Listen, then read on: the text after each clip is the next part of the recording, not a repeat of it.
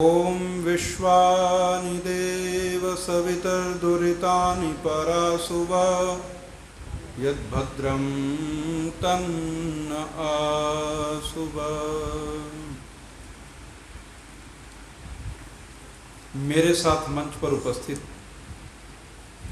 आर्य जगत के महान विद्वान भजनोपदेशक महात्मा रामनिवास जी,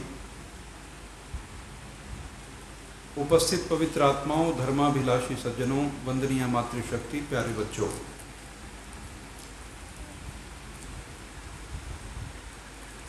हम समाज में देखते हैं कि धर्म को बड़े अलग अलग स्वरूपों में माना जाता है। कोई दिया जलाकर समझता है कि मैं धर्म कर रहा हूँ, कोई किसी स्थान से लेकर जल दूसरे स्थान पर चढ़ाने से सोचता है कि मैं धर्म कर रहा हूँ, कोई व्यक्ति एक दिन खाना छोड़ देने से सोच रहा है कि मैं धर्म कर रहा हूँ, कोई व्यक्ति एक स्थान विशेष पर जाने से और वहाँ से यात्रा करके आने से सोचता है कि मैं धर्म कर रहा हूँ, कोई व्यक्ति किसी दिशा की तरफ मुख करके कुछ करने से सोचता है कि मैं धर्म कर रहा हूँ। ऐसी असंख्य क्रियाएं हैं। कोई हाथ में कुछ धागा बांध के ऐसा सोचता है कि मैं धर्म करता हूँ, कोई तिलक लगा के सोचता है मैं धर्म करता हूँ। बहुत से कारण हैं। कोई सोचता है कि मंगलवार ही धर्म का एक दिन है, कोई शुक्रवार को धर्म का दिन मानता है, कोई बुधवार को मानता है, कोई शनिवार को मानता है। बहुत सारी चीज़ें हैं। और इन सब चीज़ों के यदि हम धार्मिक रूप से विभाजित हो जाएं, इसके परिणाम क्या है? धर्म हमें विभाजित करने के लिए है कि हमें बांधने के लिए? क्यों भाई? धर्म है किस लिए? भाई आप सब मोती हैं, तो धर्म क्या है? वो धागा है जिसमें आप पुरोए जाते हैं। और बहुत से धागे होंगे तो फिर माला बनेगी नहीं ढंग से। और वैसे भी देखा जाए तो हर व्यक्ति के सोचने का तरीका दूसरे से अलग होता है। एक ही माँ से उत्पन्न 4-5 बच्चों के सोचने के तरीके अलग अलग होते हैं। उन्हीं पांचों में कोई दयालु होता है, कोई ऋषालु होता है, कोई क्रोधी होता है, किसी के अंदर चोरी की भावना होती है, किसी के अंदर किसी को दे देने की भावना होती है, कोई माता पिता की सेवा करके राजी है, उन्हीं में से एक माता पिता को पूछता भी नहीं कभी। तो एक ही माता पिता के बच्चों के स्वभावों में भी अंतर हो जाता है, देखा जाता है। जब एक माता पिता की संतानों में अंतर होता है तो फिर और समाज में जितने लोग हैं उनकी सोच में अंतर होना तो बड़ी स्वाभाविक सी बात है। ये तो हो स्वाभाविक है, तो हो जाता है। अब इतने सारे सोच वाले लोग जिनके सोच और विचार अलग अलग हैं, आप उनको ऐसे कौन से पॉइंट पे लेके आ जाओगे कि वो वहां पर तो कम से कम एक मत हो जाएं? कोई तो ऐसी जगह हो जहां पर सब अलग अलग विचारधारा के लोग एक मान्य हो जाएं कि भी ये तो वाकई बात आपकी ठीक है, इस बात पे हम सब सहमत हैं। और वो एक बात जिस पे हम सब सहमत हो जाएं तो वो बहुत सी हैं। इसमें एक बड़ी बात है कि हम सब चाहे कुछ भी मान रहे हो, पर हम सब के रहने का देश कौन सा है? भारत है। एक ही देश में हम लोग रहते हैं, चाहे विचारधाराएं हमारी अलग रही। हमारी भाषा हिंदी है, ये अलग बात है कि वो कितने क्षेत्रों में बोली जाती है। इसके विषय में भी कुछ बीच में बात करेंगे, भाषा के विषय में, और बहुत सी चीजें। अब प्रश्न ये पैदा होता है कि यदि हम ये सब विभिन्न प्रकार से करते हैं, हमारे अंदर बिखराव होता है, तो इसकी हानि क्या है? कई लोग कहते हैं कि धर्म के बदलने से कुछ नहीं बदलता, यदि कुछ लोग ईसाई हो जाएं तो क्या दिक्कत है? ऐसा लोग कहते हैं। यदि कुछ लोग हमारे में परिवर्तित हो गए, ईसाई हो गए, तो क्या फर्क पड़ता? हो जाने दो, ऐसा कुछ लोग कहते हैं। कुछ लोग कहते हैं कि भाई कि हमारे में से यदि कुछ लोग मुसलमान हो जाएं तो इससे क्या फर्क पड़ता है, ऐसा बोलते हैं। तो ये बात आपको समझनी पड़ेगी कि अंतर फर्क पड़ता क्या है। क्या फर्क पड़ जाता है कुछ मुसलमान हो जाए, क्या फर्क पड़ जाता है कुछ ईसाई हो जाएं? तो ये विशेष बात आपको समझनी है। लेकिन बड़े चमत्कार की बात तो ये है कि ऐसा नहीं है कि ये बात आप नहीं समझते। एक देश था, पारसी लोग थे, और पारसी लोग सब रहा करते थे। ये जितना ईरान इराक का इलाका सब किसका था? पर्शिया था सब। ये पर्शियन टेरिटरी थी, पर्शिया के लोग रहते थे। कुछ एक परिवार मुसलमान आके वहां रहने लगे। धीरे धीरे उन्होंने पारसियों को बदलना शुरू किया। जब पारसियों को 80, 90, 80%, 70% तक बदल दिया, वहां 70% जनसंख्या किन लोगों की हो गई? मुसलमानों की। तो उस देश को क्या घोषित कर दिया? मुसलमान। आज वहां एक भी पारसी नहीं, सब पारसी मुसलमान हो गए। अगर पारसी लोग पूरी दुनिया में कहीं रहते हैं अब, तो भारत में रहते हैं। यहूदियों को यदि कोई स्थान उपलब्ध है आज दुनिया में, तो भारत में उपलब्ध है। और कहीं इन यहूदियों के देशों में भी वो घुसे तो पूरे के पूरे देश खा गए, यहूदी गायब। अफ्रीका में लोग रहते आपस में प्यार से। मैं आपको अंतर समझाना चाहता हूं, ये बहुत बार मैं कह भी चुका हूं आपको बात, कि परिवर्तन से फर्क क्या पड़ता है। अफ्रीका में जब तक ये लोग नहीं आए थे तो सब लोग मिलके आपस में रहते थे, उनके रंग एक जैसे थे, वो सब प्यार से रहते थे। हुआ क्या कि उसमें से कुछ लोग मुसलमान हो गए। जैसे ही कुछ लोग मुसलमान हुए, उन्होंने अपने ही दूसरे भाइयों से ईर्ष्या करनी और ये कहा कि जिंदा रहने के लायक, और वहां संगठन बना दिए। बोको हरम सुना आपने नाम? एक उग्रवादी संगठन है बोको हरम, जो अफ्रीका में काम करता है। वो क्या करता है? इसी नाम पे हत्याएं करता है। जब तक वो कुछ लोग मुसलमान नहीं बने थे, तब लोग वो सब लोग कैसे रहते थे? प्यार से, कोई समस्या नहीं थी। कुछ एक को मुसलमान बनाया, जिनको बनाया उन्होंने दूसरों को मारना शुरू कर दिया। कहा या तो सारे बनो या मरो। ये परिवर्तन आया। आप एक बात बताओ, क्या किसी देश में ऐसा हुआ है कि 100-200 लोगों को हिंदू बना दिया गया हो और उन्होंने बाकी 500-700 लोगों का जीना दूभर कर दिया हो? बताइए। बर्मा आपके बगल में है, म्यांमार आपके तो बगल में है, ये जहाँ से रोहिंग्या भाग भाग आ रहे हैं। देखो चमत्कार की बात, जब तक ये म्यांमार में लोग रहते थे सब खुश थे आपस में, कोई झगड़ा नहीं था आपस में उनका। आपसी छोटी मोटी बातें वो तो घरों में भी होती हैं। लेकिन एक बार क्या हुआ, अचानक वहां भी कुछ बौद्धों को कन्वर्ट करके मुसलमान बना दिया। जैसे ही कुछ बौद्ध लोग मुसलमान बने, उन बौद्धों ने जो कन्वर्टेड थे, जो बदले हुए थे, उन्होंने दूसरे बौद्धों से नफरत करना शुरू कर दी और उनको मारना शुरू कर दिया। जब ये स्थिति ज़्यादा खराब हो गई तो बर्मा की आंग सांग सूची की सरकार थी, अब तो नहीं है, अब तो मिलिट्री शासन है। पता क्या किया उन्होंने?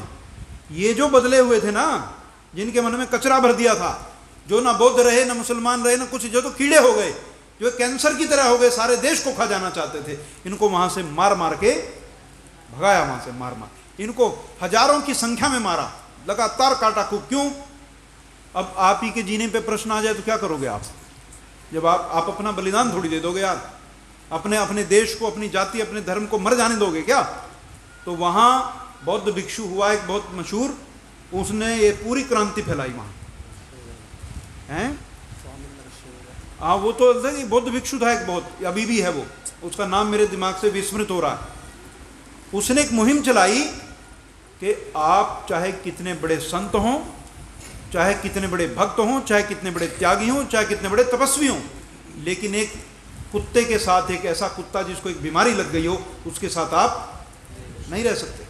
कितने बड़े महापुरुष हों आप उसके साथ नहीं रह पाएंगे। उसने ऐसी संज्ञा दी इनको कि ऐसी नस्ल है, ये तुम्हें ही खा जाएगी, तुम में से ही बनेंगे और तुम्हें ही खा जाएंगे। अब ताजी समस्या कहां की चल रही है? ताजी मणिपुर। ये समस्या भी धार्मिक बिखराव के कारण है। मणिपुर में जो ईसाई हैं, जो 90%, 80% हैं, वो ईसाई यूरोप से नहीं आए। वो ईसाई यूरोप से नहीं आए। वो कौन लोग हैं? वो हमारे ही लोग बनाए गए हैं। उनको इतनी संख्या में बना दिया। आज वो जो 10% जो हिंदू कम्युनिटी के लोग हैं, उनको वहां रहने देने को, उनको अधिकार देने के लिए वो राजी। वो शेड्यूल ट्राइब्स में आते हैं, और जो हिंदू है शेड्यूल कास्ट में आते हैं। शेड्यूल कास्ट के अधिकार और सुविधाएं कम होती हैं, शेड्यूल ट्राइब्स को सुविधाएं, कबीला जिसको आप बोलते हैं, हिंदी में क्या बोलते हैं उसको, कबीला।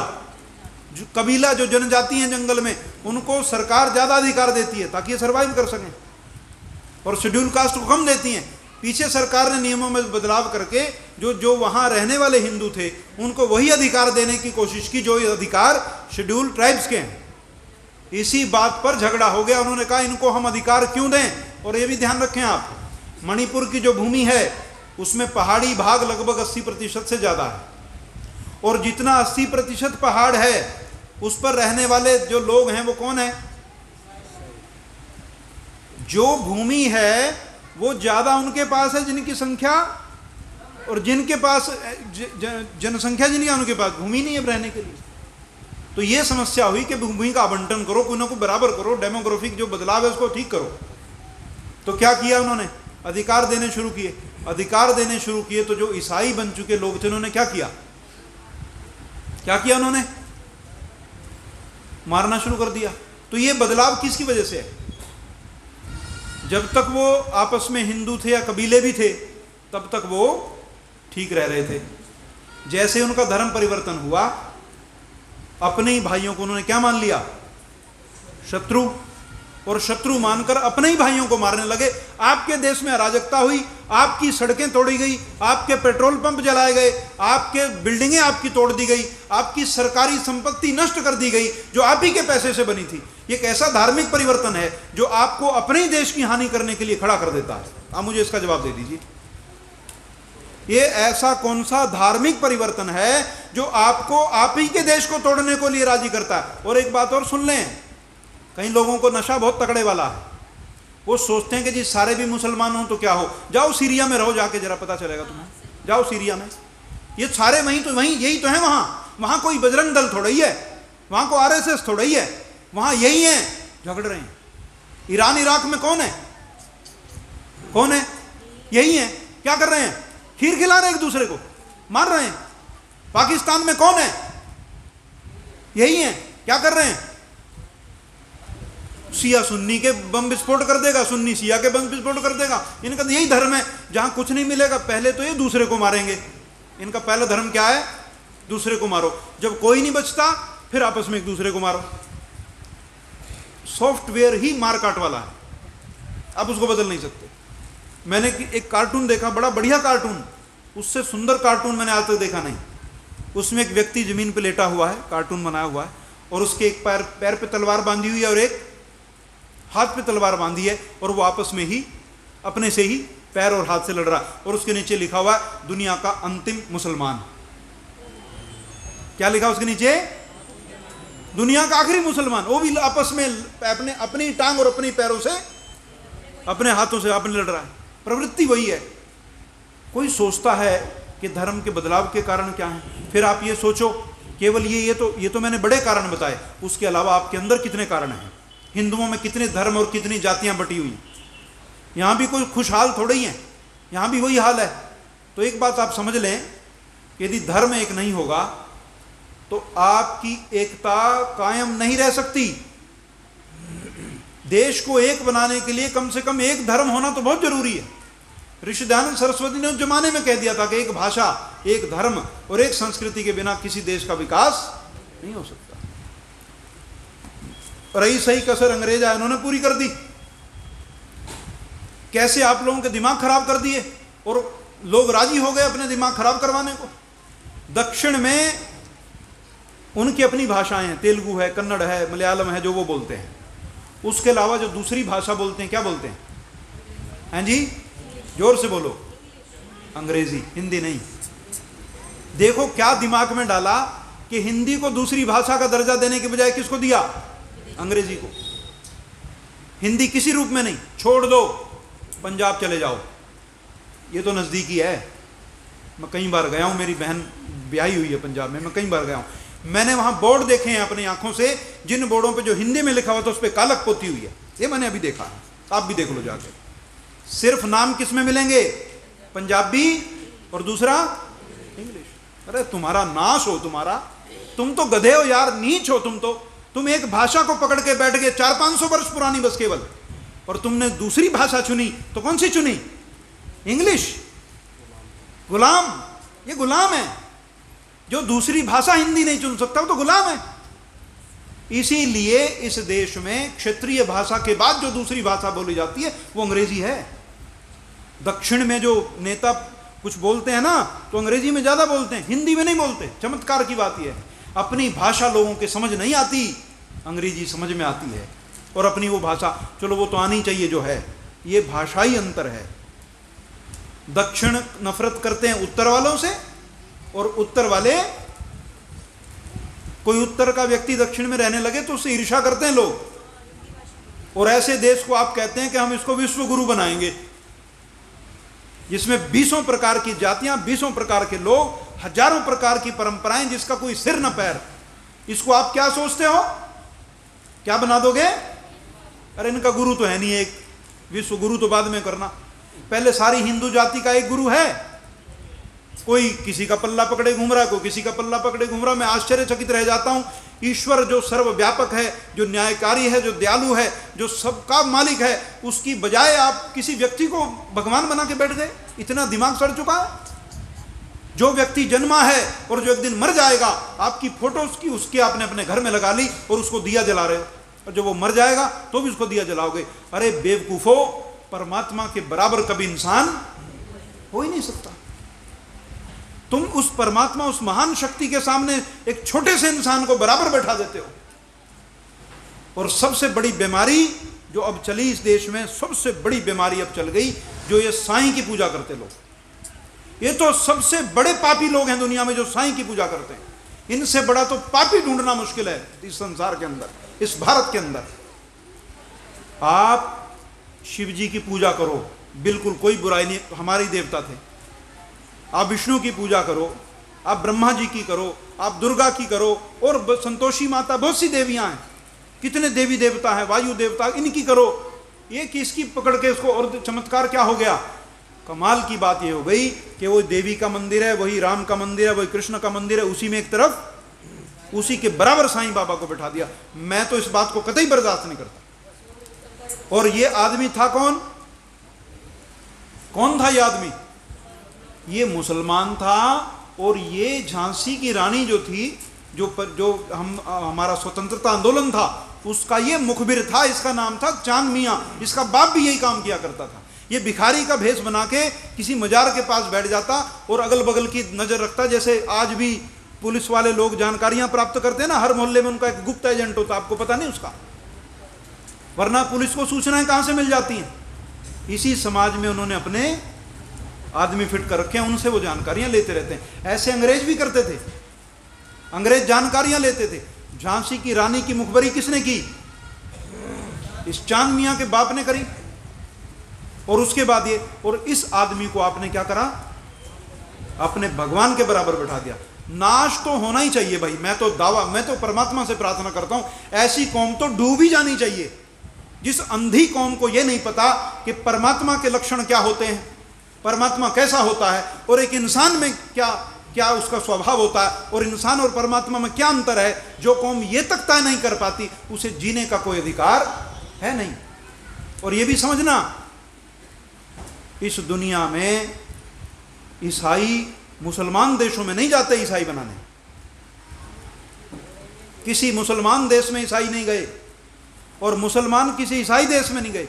और ये गए भी हैं तो उसकी भी कहानी बताऊंगा क्या हुआ, उसका भी ये इनकी सोच क्या है। यदि ईसाई और मुसलमान किसी एक जाति को बदलना चाहते हैं तो वो कौन है? वो हिंदू हैं।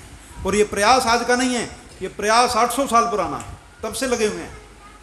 और इनकी मुसलमान की तो ये प्रवृत्ति है कि एक बार क्या हुआ, एक मुसलमान कंट्री में तारिक फतेह एक व्यक्ति हुआ जो गुजर गए, अब बहुत अच्छे वक्ता थे, उन्होंने ये किस्सा सुनाया था टीवी पे। तो क्या हुआ कि उन्होंने बताया कि भी ऐसे कुछ मुसलमान देश में कोई विद्रोह हो गया तो कुछ लोग बच निकले किश्ती में बैठ के, और ईसाई भी थे उस देश में। तो एक जहाज में वो सब बैठ के जाने लगे, शरण लेनी थी उनको, क्योंकि उनके देश में क्या हो गया था, आपस में झगड़ा हो गया। जान माल को बचाने के लिए वो दूसरे देश में जाने लगे। जिस देश में वो शरण लेने जाने वाले थे वो देश था ईसाई देश। कौन सा देश था? ये बात ध्यान से सुनना मेरी। जिस देश में वो शरण लेने जा रहे थे वो देश कौन सा था? ईसाई। और उस जहाज में कौन कौन लोग थे? ईसाई और मुसलमान। ईसाई थोड़े कम थे, मुसलमान ज़्यादा थे। कमाल की बात यह है कि उन मुसलमानों ने उन ईसाइयों को उठा के समुद्र में फेंक दिया। ईसाइयों को कहे कि तो हमारे धर्म के खिलाफ है, ये तो काफिर है, इसको जीने का अधिकार नहीं, फेंको। और जा कर रहे हैं शरण लेने, उन्हीं के देश में शरण लेने जा रहे हैं, उन्हीं के 25 लोगों को समुद्र में गिरा दिया। ऐसी जाति को आप अभी समझने में देर करते हो, आपके अंदर दिमाग ही नहीं है, आपके अंदर मस्तिष्क नहीं है। अगर आज भी इस जाति पर विश्वास करते हो, मैं तो नहीं करता ना करूंगा। क्यों नहीं करूंगा? क्योंकि गुरु गोविंद सिंह ने एक बात कही थी। गुरु गोविंद सिंह को तो मानोगे कि बाँ पे हाथ पे तेल लगाओ और तिल की बोरी में वो बाजू घुसाओ, उस बाजू पर जितने तिल चिपक जाएं उतनी बार भी कोई मुसलमान यदि कहे कि मैं सच्चा हूं और तुम्हारा प्रेमी हूं, तो तब भी उसकी बात मत मानो। ये तो गुरु गोविंद सिंह ने कहा। और जिसके छोटे छोटे बच्चों ने, धर्म क्या चीज है तुम्हें क्या पता? धर्म क्या चीज है तुम्हारे लिए तो पाखंड हो सकता है। जिसके छोटे छोटे बच्चे सिर्फ इसलिए मारे गए कि उन्होंने अल्लाहू अकबर नहीं कहा, यही तो कारण था। और उनके मारने का क्या कारण था? फतेह सिंह, जोरावर सिंह, जो चारों भाई थे, अजीत सिंह, जुझार सिंह, क्या बात थी कि उनको दीवारों में चुनना पड़ा? क्यों बताओ क्यों? पता उन्होंने क्या कहा था छोटे बच्चों ने? कि हम मुसलमान, बस इतनी बात थी। छोटे से बच्चे इतनी बात समझते थे कि ये नहीं होगा। और आज मैं आश्चर्यचकित होता हूं, पूरे पंजाब में ये अपने गुरुद्वारे खोल देते हैं, आओ आओ नमाज पढ़ो, तुम डूब के मर जाओ, तुम्हें पाप लगेगा, तुम अपने गुरु के खिलाफ चलते हो, तुम्हें पाप लगेगा। जिन गुरुओं ने कुर्बानी दे दी, जिन गुरुओं ने अपने छोटे छोटे बच्चे दे दिए सिर्फ इस बात के लिए। एक तो सरदार का मैंने वीडियो देखा, कहता कितना मैं एक नाम लेना कितना बढ़िया लगता है, अल्लाह ऐसे करके अल्लाह अकबर। मैंने कहा तू तो डूब के मर जा भाई, लानत है तेरे को तो सिख होने पर। अरे भाई, तेरे गुरु ने छोटे छोटे उनके बच्चे, उसने नहीं ये कहा, उसने अपनी जान दे दी, पर ये नहीं कहा। और तुम आज कहते हो भी हम भी बोलेंगे, बड़ा अच्छा नाम है, तुम्हें डूब के मर जाना चाहिए। ये मैं अंतर बता रहा हूं आपको। धार्मिकता से कितने बड़े परिवर्तन होते हैं। झगड़े का कारण क्या था? जो 4 बच्चे बलिदान हुए किस आधार पे हुए? अगर वो चारों अल्लाह अकबर कह देते तो बच जाते, उनका भी परिवार होता, उनके भी बच्चे होते, लेकिन उन्होंने ये शब्द नहीं कहे। और आज हम उन्हीं के शब्द बोलते हैं। ये तो नकली हो गए ना लोग, अब नकली हो गए। एक बात और ध्यान रखना, जो गुरु ग्रंथ साहब आज से 50 वर्ष पहले प्रकाशित हुआ था, अभी मैं आपको एक और राज की बात बता रहा हूँ। 50 वर्ष पहले जो गुरु ग्रंथ साहब प्रकाशित होता था, जो इनकी प्रेस है, जो आज प्रकाशित होता है, उसमें अंतर है। इन्होंने वो शब्द निकालने शुरू कर दिए जो हिंदुओं के शब्द हैं, ताकि आने वाली पीढ़ियां उन चीज़ों को दूर हो जाए। पर मैं कुछ उपदेशकों को, जो सिखों के उपदेशक हैं, उनको धन्यवाद भी देना चाहता हूं। वो बड़े खुले मन से गाते हैं, तेरा यार सुदामा आया कह दे कृष्ण मुरारी नू। है एक गुरु को मैंने सुना, उसने कहा तेरा यार सुदामा आया कह दे कृष्ण मुरारी नू। अब इसको कैसे मिटाओगे? और उस गुरु को भी प्रणाम है भाई, जो ऐसे लोगों में जो अपने आप को होड़ लगी है कि हम हिंदुओं से अलग करके दिखाएंगे अपने आप को, ये होड़ लगी हुई है। तो ये धार्मिक अंतर हैं जो होने नहीं चाहिए। धर्म बदल जाने से सब कुछ बदल जाता है, याद रखना। आप यदि ईसाई होते हैं तो आपकी श्रद्धा वेटिकन के प्रति होती है, हिंदुस्तान के प्रति नहीं। यदि आप मुसलमान होते हैं तो आप वंदे मातरम तक कहने की इजाजत आपको नहीं है, आप भारत माता की जय नहीं बोल सकते। कितना क्या है का धर्म है ये, जो सिर्फ एक इतने से नारे से डर जाता है। ये दुनिया में सबसे कमजोर लोग हैं देखा जाए तो, जो छोटे से नारे से डर जाते हैं, जो अगर जय श्री राम कहते तो इनकी आत्मा कांप जाती है। हमारे में तो बहुत से लोग हुए जिन्होंने इन्हीं के भी गाने गा दिए, कोई फर्क नहीं पड़ा, लेकिन ये नहीं गाते। क्यों नहीं गाते? क्योंकि वो इनकी प्रवृत्ति नहीं है, इनके दिमाग में वो डाला नहीं गया। तो इस बात का ध्यान रखो, अपने बच्चों को धार्मिक बनाओ, वरना तुम्हारे बच्चे खुराक हैं, तुम्हारे बच्चों की गर्दनों पे इनकी तलवारें होंगी, ये मैं बता दूं आपको। और इस पाप के भागीदार, जिम्मेवार हम लोग होंगे, क्योंकि हम समझाते नहीं ना। हमारे अंदर तो दयालुता घुसी हुई है, हम तो कहते हैं हाँ हाँ ये भी मेरा है, हाँ हाँ ये भी मेरा, ले लो घुसा, अपने घर में किराए पे रखो। और जिसको ज़्यादा प्रेम हो रहा हो, जिसको लगता हो कि बड़े भले लोग हैं, जाओ इनके मोहल्लों में रहो, अपने बीवी बच्चों को लेके जाओ, रहो। रहते क्यों नहीं? रहते हिंदू मोहल्लों में हो और गीत इनके गाते हो, जाके रहो, जाओ। अरे ये कौम कभी लंगर नहीं लगाती, कभी देखा आपने किसी मस्जिद से लंगर? कोई रक्त दान करते हो, कोई किडनी देते हो दान में, आंखें दान करते हो, करते हैं कुछ, कोई सेवा करते हैं? इनसे तो मैं सिखों को भी भले इसलिए मानता हूं कि जहां कहीं बाढ़ आ जाए बेचारे वहीं ले जाके अपना प्रसाद आदि जो व्यवस्था सहायता करते हैं। क्यों? ये कहां से आई भावना लोगों की सेवा सहायता की? ये हिंदू धर्म की मूल भावना है कि जब कोई पीड़ित हो तो उसकी सहायता करो। तो धार्मिक अंतर आपको खत्म करने होंगे, आपको एक धर्म के नीचे आना होगा, एक धर्म को मानना होगा जिसको कहते हैं वैदिक धर्म। क्या कहते हैं? वैदिक धर्म। आपको वेद को सर्वोपरि मानना होगा और उपासना करनी है तो किसकी? ईश्वर की, कि किसी गुरु की, किसी मनुष्य की? ईश्वर की उपासना की। देखो जो ये गुरु गारू, मैं तो कहता हूं अगर आ गई हो तो घर जाके फोटो निकाल के फेंको बाहर, भगवान की पूजा करो भाई। जो अभी जन्मा और फिर मर गया, यदि वो इतना महान वो भगवान है तो उससे पहले दुनिया कौन चलाता था? आप कहते हैं हनुमान जी भगवान है, तो हनुमान जी से पहले दुनिया कौन चलाता? हनुमान जी किसकी उपासना करते थे? राम जी किसकी उपासना करते थे? कृष्ण किसकी उपासना करते थे? ये तब पता चलेगा जब तुम पढ़ोगे। तुम पढ़ते तो हो नहीं, समस्या तो ये है। रामायण तुमने पढ़ी नहीं, जब रामायण पढ़ोगे तो बार बार उसमें आएगा राम ने यज्ञ किया, लक्ष्मण ने संध्या की। जब वो निकले राम लक्ष्मण और विश्वामित्र जब त्राटका के वध के लिए, तो वहां लिखा कि जब सायंकाल जब शाम हो गई तो शाम को सबने, तीनों गुरु और दोनों शिष्यों ने मिलके संध्या उपासना की, यज्ञ किया, हवन किया करते थे और संध्या उपासना किया करते थे। आज हम धर्म के नाम पे कितना कुछ करते हैं, कुछ फल है? कुछ फल है उसका? इतने धार्मिक आडंबर हैं जिसका ठिकाना नहीं, और उतना ही जीवन का सत्यानाश है। जितना धार्मिक दिखावा है उतना ही दुख में डूबा हुआ व्यक्ति है। तो ये बात आप हमेशा ध्यान रखिए। संध्या करो, कैसे करोगे? हमसे ले जाओ, सीख लो, समझ लो उसे। उस मंत्र 18-19 मंत्र है, शाम को बोलो ऐसे बैठे। अपने उस परमात्मा की उपासना, अपने उन देवों की उपासना करो जिनके लिए छोटे छोटे बच्चों ने बलिदान दे दिए। और आज हम बड़े बड़े होकर 1 मिनट में कभी इस सत्संग में, कभी उस सत्संग में, कभी उस गुरु के यहाँ, कभी उस गुरु के यहाँ। हम तो हो गए चौफेरगढ़िया, गंगा गए गंगादास, जमुना गए यमुनादास। ऐसे व्यक्ति का तो कभी कल्याण नहीं होता जीवन में।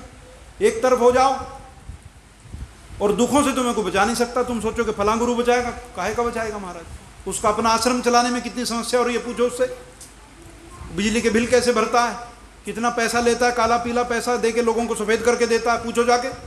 कभी पूछा किसी से, गुरु से, इतना बड़ा आश्रम कैसे बना लिया? तुम तो भगवान की उपासना करने घर से निकले थे, या इतना बड़ा अड्डा खड़ा करने निकले थे? क्या करने निकले थे घर से? भगवान की उपासना के नाम से ही तो निकले होंगे कि ईश्वर की उपासना करूंगा, पर कर क्या दिया? इतना बड़ा ठिकाना बना दिया, हजारों हजार लोग यहाँ चेला चेलियां वहां रह रहे हैं, दुनिया भर के अनर्थ वहां होते हैं, दुनिया भर की गड़बड़े वहां होती हैं। जो पकड़ा जाए तब उसकी हकीकत सामने आती है, पता चलेगा किसी ने गुफा बना रखी, किसी ने सुरंग बना रखी।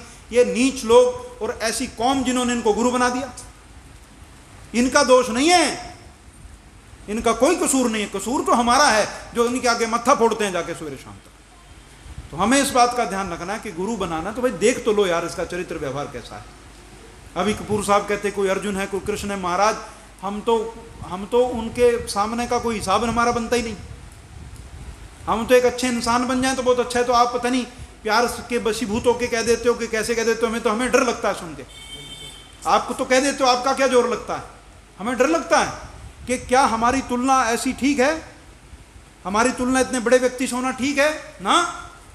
ये तो वही हो जाएगा फिर यहाँ जो हम वहाँ विरोध करना चाहते हैं, यहाँ वही हो जाएगा। हम ये थोड़ी चाहते हैं कि तुम हमारे चेले बन जाओ ना। हमसे तो तुम मार्गदर्शन लो। कोई बात समझ में नहीं आती पूछ लो, कोई ज्ञान की बात ले लो, कोई धर्म की बात नहीं समझ में आती, व्रत है त्योहार है दुनिया भर की, जो पूछ लो। पर उपासना किसकी करो? उपासना परमात्मा की करो जिसकी कोई आकृति नहीं है। यह ध्यान रखना, परमात्मा की कोई आकृति क्यों नहीं है? क्योंकि जिसकी आकृति होती है वो एक दिन नष्ट हो जाता है। जिसकी आकृति होती है, पहली बात तो है कि आकृति होगी तो किसी ने बनाई होगी, एक बात, और दूसरी वो एक दिन नष्ट हो जाएगी। यदि भगवान की कोई आकृति है इसका मतलब है उस आकृति को बनाने वाला कोई है। कोई इंसान है? कोई भी नहीं है। और कौन है? ऐसी मूर्ति मुझे कोई दिखा दो आप दुनिया में जो कहो अपने आप बन गई। एक मूर्ति दिखा दो ऐसी। जो आप कहो ये तो अपने आप बन गई। दुनिया में एक मूर्ति ऐसी नहीं है जो अपने आप बन जाए, एक भी नहीं।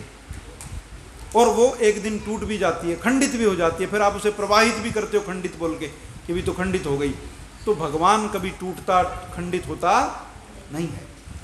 तो भगवान की उपासना करो, अपने घर में छोटा कमरा बनाओ, गायत्री मंत्र ही जप लो, गायत्री मंत्र जप लो, एक मुट्ठी अनाज, एक मटका रख लो, उसमें रोज डाल दो, एक मुट्ठी अनाज आटा डाल दो, जब इकट्ठा हो तो किसी गुरुकुल भिजवा दो जहाँ वेदों की शिक्षाएं दी जा रही हैं। आपके आसपास गुरुकुल हैं, कहीं तो बहुत संपन्न है, वहाँ तो देने की ज़रूरत नहीं। हम ये भी समझते हैं कि पानीपत में कोई ऐसा एक होना भी चाहिए, हम प्रयास भी कोशिश हमारी आत्मा में तो है ऐसा कि ऐसा हो कि हम कोई ऐसा कर पाएँ, कुछ ऐसा काम, एक विद्यालय ऐसा हो जो गुरुकुल जैसा हो, और जहाँ लोग एक एक मुट्ठी अनाज दें और अपना सब बच्चे पढ़ें, गरीब बच्चे पढ़ें, जिन बच्चों को शिक्षा नहीं उनको वहाँ छोड़ दो, पढ़ लें। हम तो ये भी सोचते हैं कि ऐसी गौशाला हो कि जिसमें पानीपत की कम से कम सारी गौएं जो सड़कों पे धक्के खा रही हैं, उनको कम से कम एक जगह रह के खाना तो मिल जाए। हर आदमी उपकार भी करने जाएगा तो इसी गौशाला में चला जाएगा। पानीपत की उपकार करने वाला भी परिश्रमी नहीं है, वो मेहनत नहीं करना चाहता, वो चाहता कि मेरे दरवाजे पे मुझे मिल जाए गौशाला में, वहीं दे दूंगा जो कुछ भी है। सारे लोग इसी गौशाला में चले जाते हैं पानीपत वाली में, जबकि यहाँ ज़रूरत भी, यहाँ तो हजारों लोग आते हैं। यहाँ से थोड़ा निकलो 10 किलोमीटर बाहर, ऐसी ऐसी गौशालाएं हैं जहाँ चारा भी नहीं है गौओं के लिए, जहाँ कुछ भी नहीं है। वहाँ क्यों नहीं जाते? वहाँ दे आओ 100 रुपये, 50 रुपये दे आओ, एक आध क्विंटल चारा दे आओ, कितना बड़े पुण्य का काम है। एक तरफ गौ माता की जय, दूसरी तरफ गौ माता बेचारी पॉलिथीन खाने को मजबूर है। कमी तो हमारे अंदर भी बहुत है, समझे आप। और अपनी कमियों को जब तक दूर नहीं करेंगे, विश्व गुरु तो भूल जाओ तुम मोहल्ले की, अपनी जो अपने मोहल्ले का प्रतिनिधित्व तो नहीं कर सकते। जब तक विश्व गुरु बनने के लिए बहुत बड़ा व्यक्तित्व चाहिए। जिस देश में सुख हो, शांति हो, समृद्धि हो, क्लेश ना हो, आनंद में लोग रहते हो, उसे विश्व गुरु बनने का अधिकार है। जहाँ लोग भूखे हों, जहाँ नंगे हों, जहाँ लोगों को पढ़ाई लिखाई की व्यवस्था नहीं, जहाँ लोगों को रोजगार नहीं, जहाँ लोगों को बीमारी के इलाज की सुविधा उपलब्ध नहीं, आप उस देश को विश्व गुरु कैसे बनाओगे? बताओ कैसे बनाओगे? बना नहीं सकते। तो पहले अपने घर की व्यवस्थाएं ठीक करो, अपनी चीज़ों को संभालो। धार्मिक रूप से जो हमारे अंदर भेद है इसे खत्म करो। ये भेदभाव नहीं होना चाहिए। धार्मिक भेदभाव ही देश को तोड़ देता है। धार्मिक भेद, जो धार्मिक परिवर्तन है वही देश तोड़ता है। पाकिस्तान बना किस आधार पे बना? धर्म के आधार पे बना। बांग्लादेश किस आधार पे बना? धर्म के आधार पे बना। हर कुछ धर्म के आधार पे। तो फिर आप कैसे कह सकते हो कि धर्म के बदलने से कुछ नहीं बदलता? धर्म के बदलने से देश टूट जाते हैं, देश टूट जाते हैं। आपके देश में से 13-14 टुकड़े अलग हुए, 13-14 टुकड़े किस आधार पे? धर्म के आधार पे। कुछ अंग्रेज गए तो सबकी अपनी डफली हो गई। ये तो भला हो सरदार वल्लभ भाई पटेल का, जिसने कुछ रियासतें तो बची थी उनको मिला के एक बड़ा अच्छा संगठन, एक भारत का रूप दिया, वरना ये भी नहीं होना था।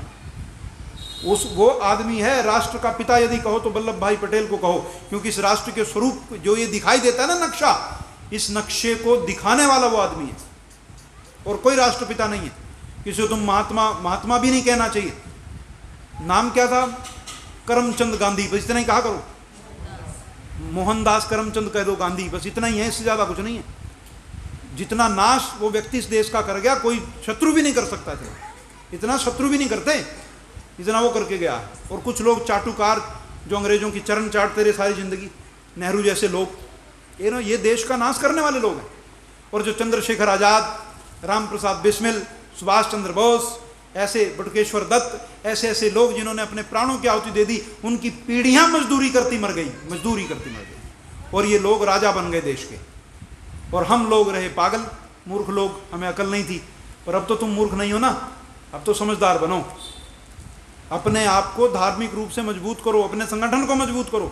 नहीं करोगे तो जिसका संगठन मजबूत होगा, शासन उसी का होगा, आपका नहीं होगा। याद रखना। वो जो कहते हैं ना संघे शक्ति कलयुगे, वो बिल्कुल ठीक बात है। कलयुग में संगठन ही शक्ति है। तो अच्छे संगठनों के साथ जुड़कर, अपने हिंदू धर्म के साथ, जिसको आर्य धर्म भी आप कह सकते हो, सनातन धर्म भी कह सकते हो, इस धर्म के लिए कार्य करो। अपने बच्चों को इस धर्म की शिक्षा दो, अपने ग्रंथों के बारे में बताओ, अपने महान पुरुषों के बारे में बताओ, उनके त्याग और बलिदान के बारे में बताओ। जब आप ये बताओगे तो उनके अंदर भाव पैदा होगा अपने देश के प्रति प्रेम का और अपनी संस्कृति के प्रति झुकाव। जब ये होगा तो फायदा होगा। अब ये समझ लेना कि लोग कहते हैं कि धर्म बदलने से कुछ नहीं होता, सब कुछ ही हो जाता है। इसलिए इस परिवर्तन को रोको। आप लोगों के प्रयास से हम लोग भी ये सब काम करते रहते हैं, हमारे यहाँ भी शुद्धि का काम चलता रहता है। तो इस परमात्मा की कृपा, आप लोगों का सहयोग है, जैसा जैसा बनता वैसा करते रहते हैं। इस बात को आप ध्यान, इस बात का रखेंगे। आप सभी ने मेरी बात को ध्यान से सुना है, आप सभी का बहुत बहुत धन्यवाद। ओम शांति।